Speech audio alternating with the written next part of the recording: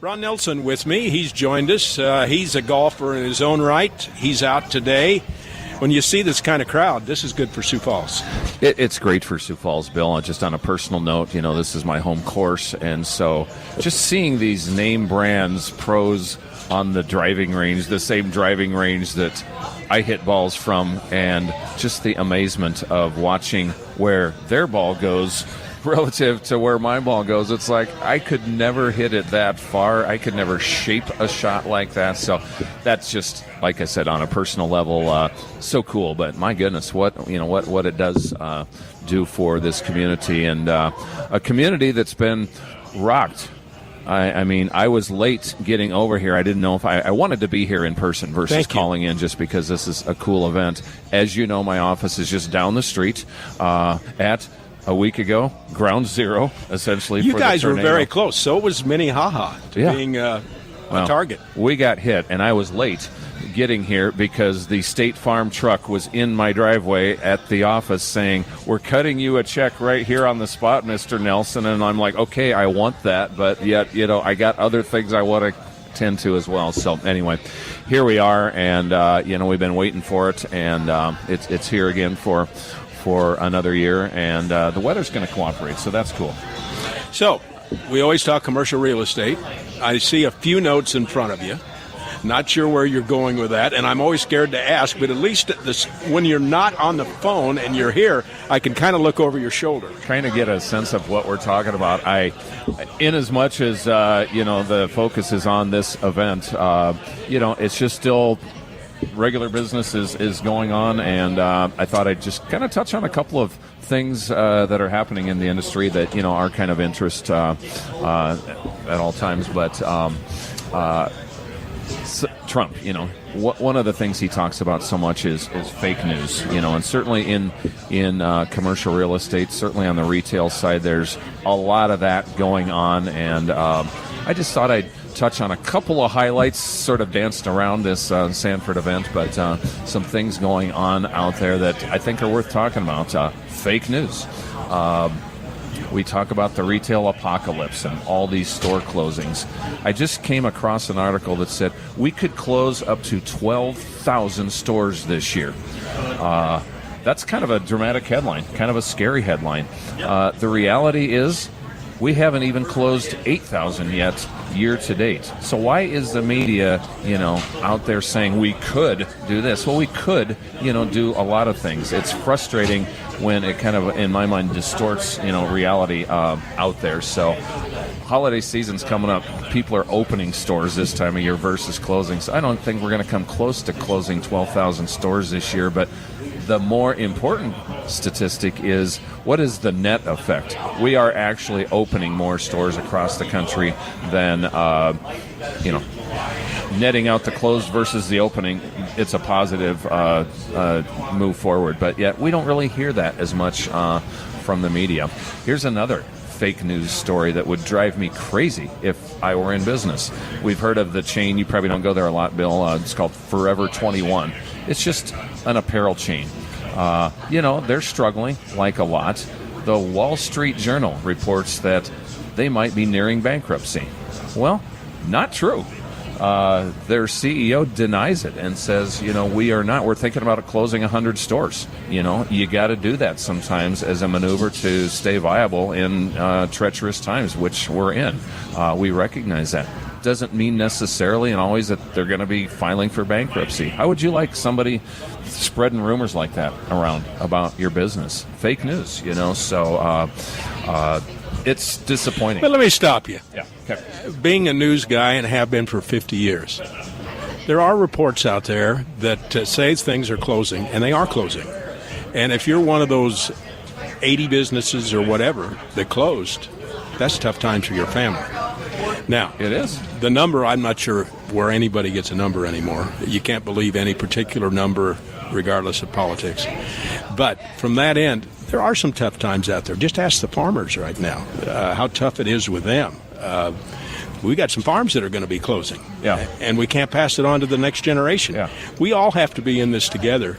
And whether it's media or politics or real estate or radio, we need to understand that we can hurt people with what we say and how we say it and what we ought to be doing to pull people together.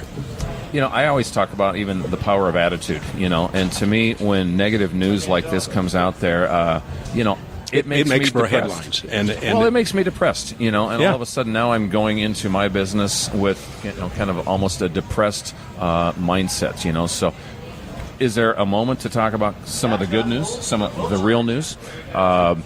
We've all heard of Old Navy stores. They've only got only have about 1,100 stores right now. What's their game plan for the next few years?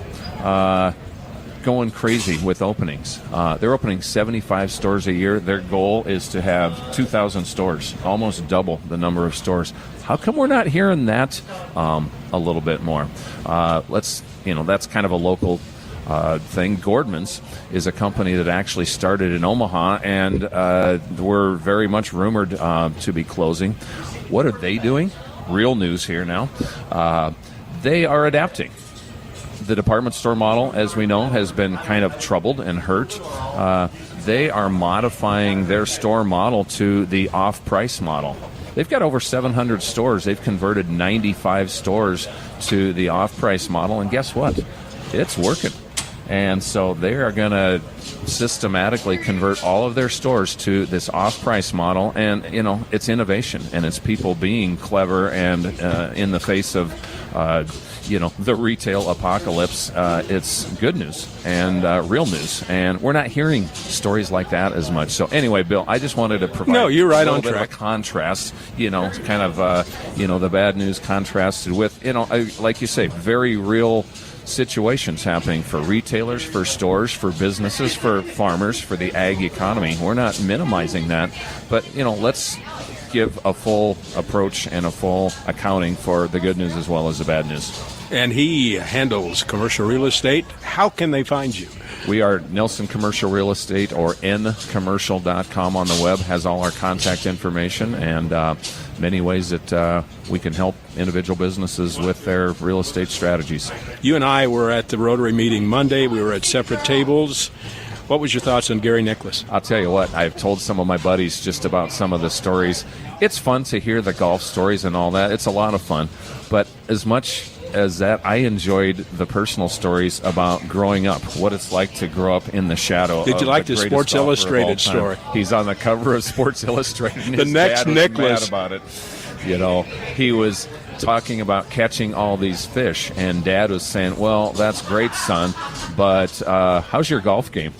So just kind of hearing that parent-child kind of dynamic going on from the greatest golfer wanting to obviously extend that to his kid, but just what it'd be like. I thought that was as equally interesting as, hearing the golf stories.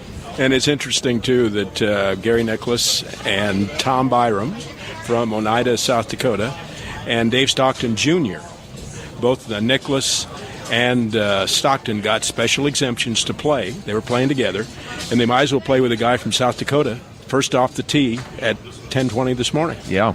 The Byrams have been a family that we've followed for many years. Just another offshoot. Somebody was interviewing Mark Calvecchia, who's from Nebraska. 80 miles from here, from Nebraska, from my home state.